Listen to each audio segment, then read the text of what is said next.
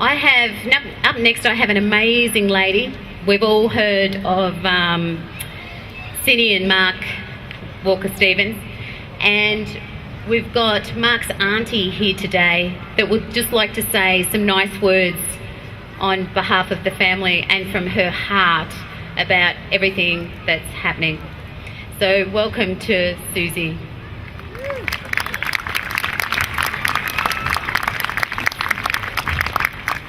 Hi everybody, and thank you for turning up.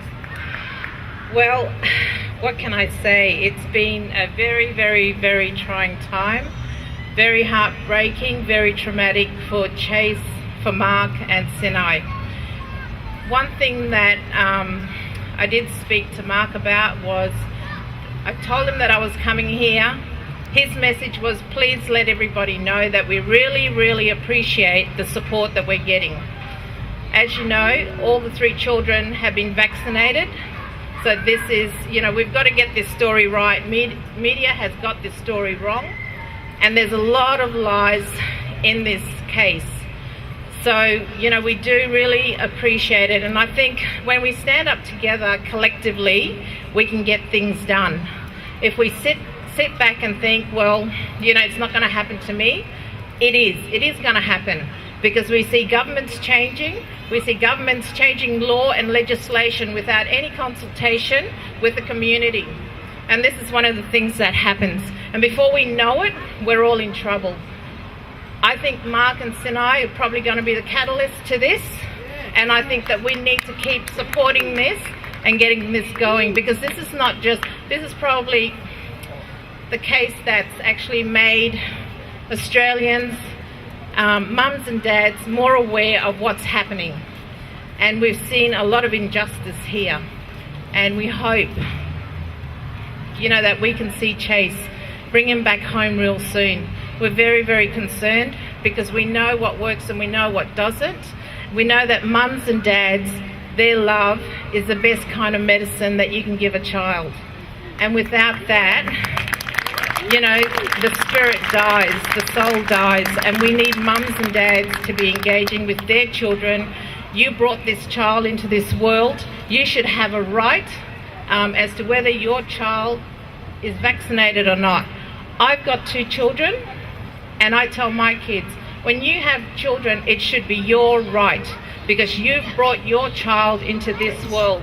You're the one that's going to take care of your child, not the government. So, really, really appreciate and thank you guys. As you know, that this is an ongoing court case and there's lots of twists and turns. There's only certain things that we can say, but I think as a collective power, as parents, we can have a say, we must have a say, and we must show the government that when we ask them for help, they're there to help us, to assist us, not to actually come in and make decisions to remove our child. So I know that Marc and Cini and little Chase aren't the only people that this has happened to. There's been lots of families who have been hurt along the way, and we hear that it's been going on for 30 years. I can't believe it's gone on this long, and you don't realise this until it happens to somebody in your family.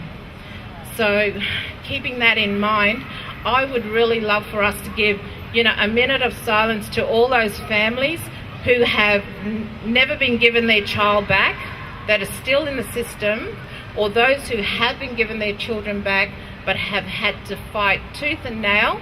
Some have ended up with broken families, some have lost everything. So if we can give a minute of silence, that would be great. Thank you.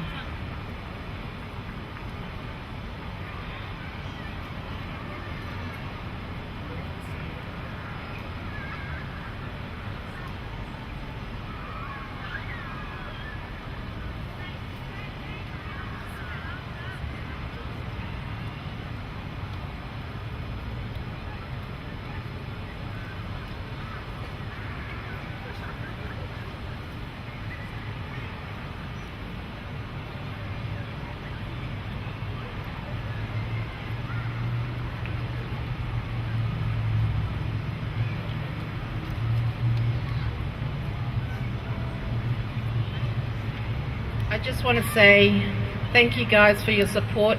We need to keep it going. There's been a petition online. I think you guys might have seen it on Facebook. It was started, I think, either on Saturday or Sunday this week. I believe we're up to the high 90s.